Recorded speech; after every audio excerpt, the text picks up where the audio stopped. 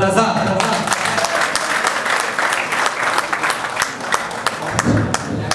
بسم الله الرحمن الرحیم. اول خو حضرت علی حضرت صاحب ته په دې دومره خسته په شاعره باندې ډېر زیات داد ورکوم. بیا سالار صاحب هم ډېره مننه کوم. زبیر صاحب چې څومره مېلمانه راغلي ټولو ډېره مننه کوم.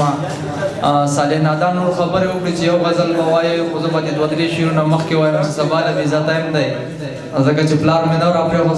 سالار صاحب ډېره زیاته مننه کوم. زما شفارس یې وکړ د غزل نه مخکې یو درې شعرونه چې والله د هر سړي ور سره سر به خوږېده،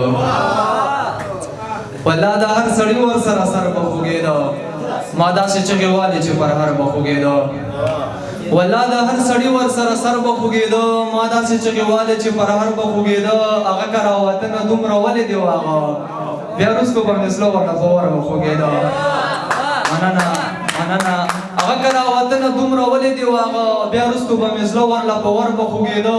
قربان د پښتنو د دغې مینې د انداز چې لرله به یې درد ورکړه نو بر به خوږېده. قربان د پښتنو د دغې مینې د انداز چې لرله به یې درد ورکړه نو بر به خوږېده.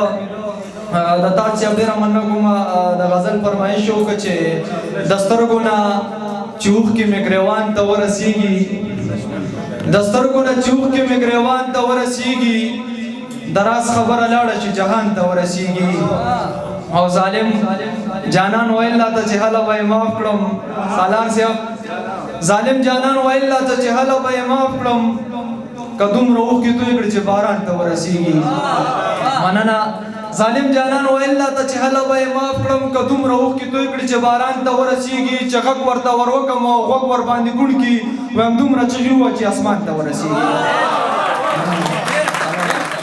چې غږ ورته ور وکړم او غوږ ور باندې ګوڼ کړي، وایم دومره چغې ووه چې اسمان ته ورسېږي. او چې مینه کې ورګډ شي نو بیا کله دې صبرېږي، سړی که پکې هر څومره تاوان ته ورسېږي. د ښکلو زړونه څومره عجیبه دي شاهسواره، وړه غوندې خبره وي خفګان ته ورسېږي. دغه دوه درې شعره چې داسې په لګتو مې در نه راوباسي، نو خود به مې هزار زړه او ځیګر نه راوباسي. ریبانه دې ته زړه مو هغه یار چې زړه نه سخت دی، غمي ګورې اکثر خلک د غر نه راوباسي.